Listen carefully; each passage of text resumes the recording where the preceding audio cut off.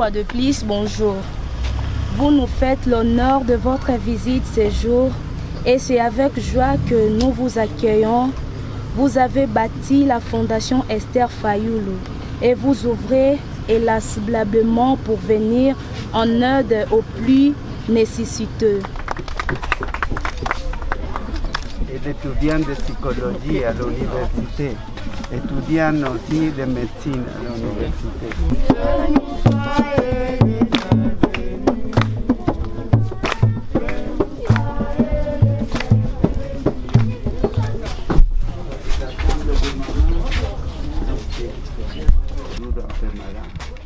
Mais jusqu'à le dernier moment, ici sont des enfants aussi qui ont décédé.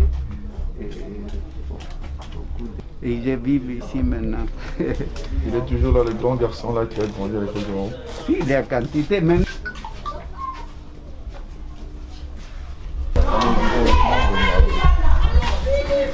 se prépare.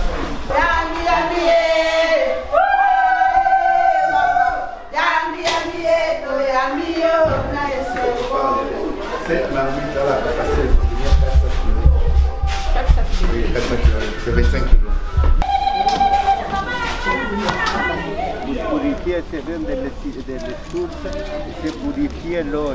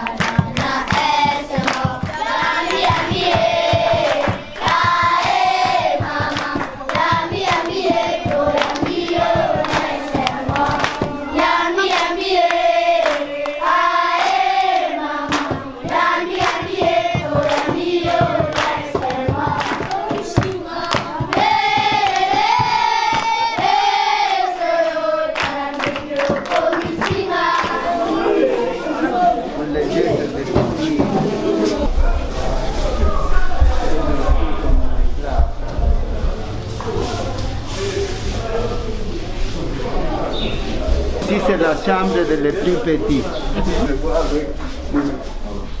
S'appelle Jacob. Ici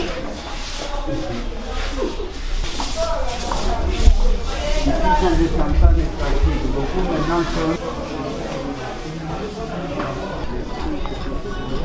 Parce que notre institution passe ici.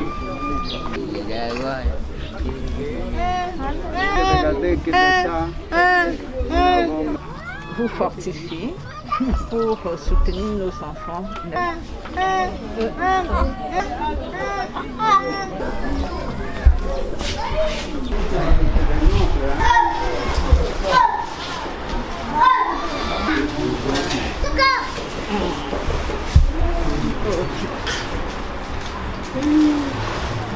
Tous les enfants sont comme ça.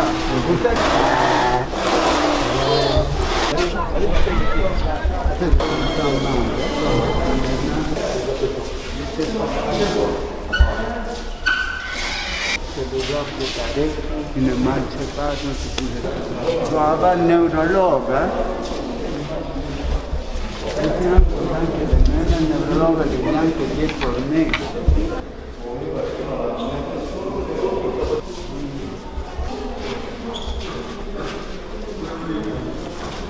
Des crises.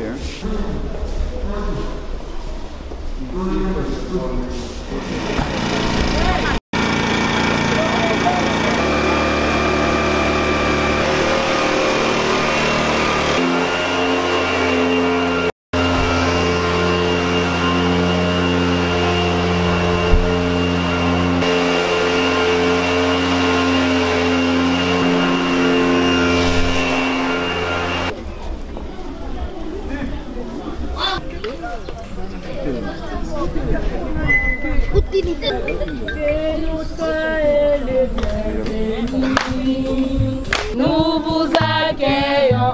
famille, chez nous soyez les bienvenus.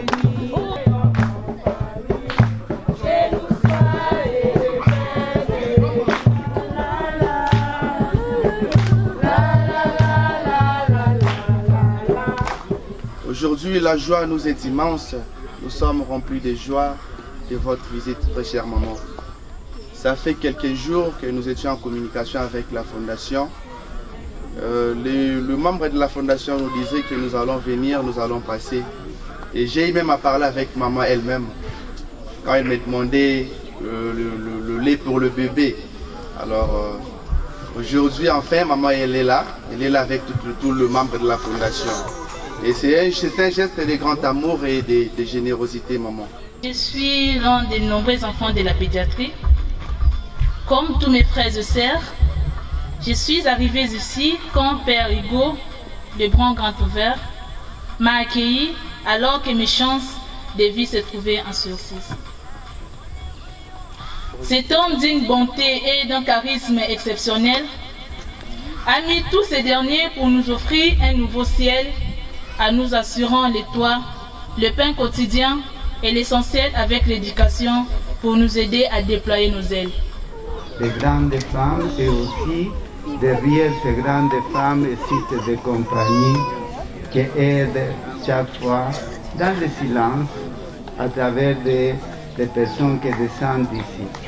La première fois que j'ai découvert cet orphelinat, c'était à travers un message, un cri d'alarme que le père Hugo avait fait circuler sur les réseaux sociaux parce qu'il y avait une forte évolution et leur bâtiment tombait dans tous les sens. Alors, quand j'ai vu ce cri de détresse, je me suis organisée. Je suis venue avec un camion de ciment pour les aider à faire la réfection de certains bâtiments. Quand j'ai vu l'état dans lequel les enfants se trouvaient, j'étais vraiment désemparée et depuis ce jour, je me suis dit que je dois faire quelque chose pour cet orphelinat. Et c'est comme ça que depuis, de temps en temps, je passe leur rendre visite, j'apporte mon soutien et c'est avec beaucoup de joie que je le fais. Parce que comme le père Hugo l'a dit tout à l'heure, ce ne sont pas des étrangers, ce sont nos enfants.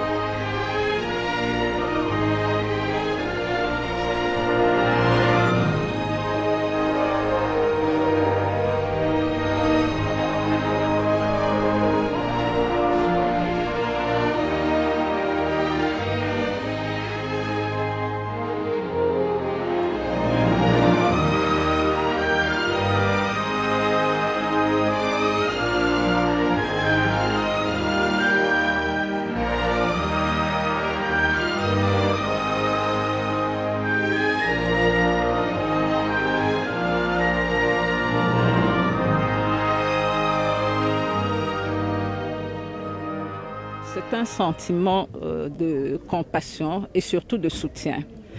Comme vous l'aviez dit, je ne le fais pas parce qu'il y a un but derrière. Je le fais tout simplement parce que j'ai beaucoup d'amour pour les enfants et les voir souffrir, ça me meurtrit. Bon, je vais vous rappeler tout simplement que ce n'est pas maintenant que j'ai commencé mes actions. Ça fait depuis des années que je suis dans l'action. Alors, quand on est dans l'action, ça demande un dévouement, des dépenses, l'amour. Si on n'a pas d'amour, on ne le fera pas. Donc, ma fondation profite des dons. Il y a des donateurs, il y a des membres d'honneur qui nous soutiennent. Et puis, il y a la cotisation des membres, beaucoup de sympathisants qui sont aussi sensibles à tous ces problèmes qui nous viennent en aide.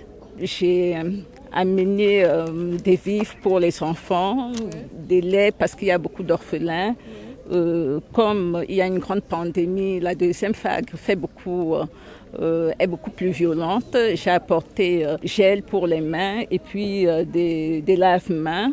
Et j'ai mis sur place surtout une équipe qui va procéder à la désinfectation des bâtiments sur une longue durée. C'est tout simplement par amour pour mon prochain. Parce que quand j'ai commencé mes actions, ça remonte à très très longtemps. Mon mari n'avait pas en tête d'être candidat à président ou alors devenu le président élu. Donc les gens qui me suivent savent que j'ai organisé beaucoup de manifestations à Fadène pour récolter des fonds, pour soutenir les femmes violées à l'Est, pour soutenir les expulsés de Brazzaville, pour soutenir les prostituées. Et ça, c'était bien longtemps avant. Je n'ai pas attendu la position de mon mari pour le faire. Ça veut dire que je suis quelqu'un qui a de l'amour pour son prochain. Ça n'a pas un but politique, c'est tout simplement par amour pour ceux qui souffrent. Mon prochain cheval de bataille, c'est l'Est. J'ai déjà un orphelinat là-bas, dont je vais me concentrer non seulement sur mon orphelinat, mais il y a des enfants dont les parents sont morts à cause de la guerre. Je compte aussi m'occuper d'eux.